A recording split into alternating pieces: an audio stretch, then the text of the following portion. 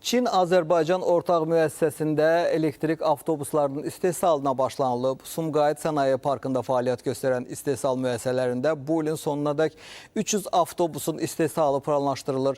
İstehsal olunacaq avtobuslardan 200-ü Bakı, 60-ı Naxçıvan, 40-ı isə Qarabağ regionu üçün nəzərdə tutulub. Müəssisənin investisiya dəyəri 29 milyon manatdır. Məhz bu müəssisədə 600 nəfərlik daimi iş yerinin yaradılması planlaşdırılır. Qeyd edim ki, layihənin həyata keçirilməsi 2 mərhələdən ibarətdir.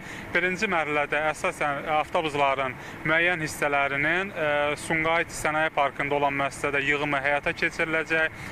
Məhz birinci avtobus artıq Bakubas MMC-yə təqdim edilib. Bu avtobusun uzunluğu 12 metr ölçüyə malikdir və 82 nəfərlik sərnişin tutur. O cümlədən bu avtobus tam elektriklə təchiz edildikdən sonra 350 kilometr məsafəni qət edə bilir.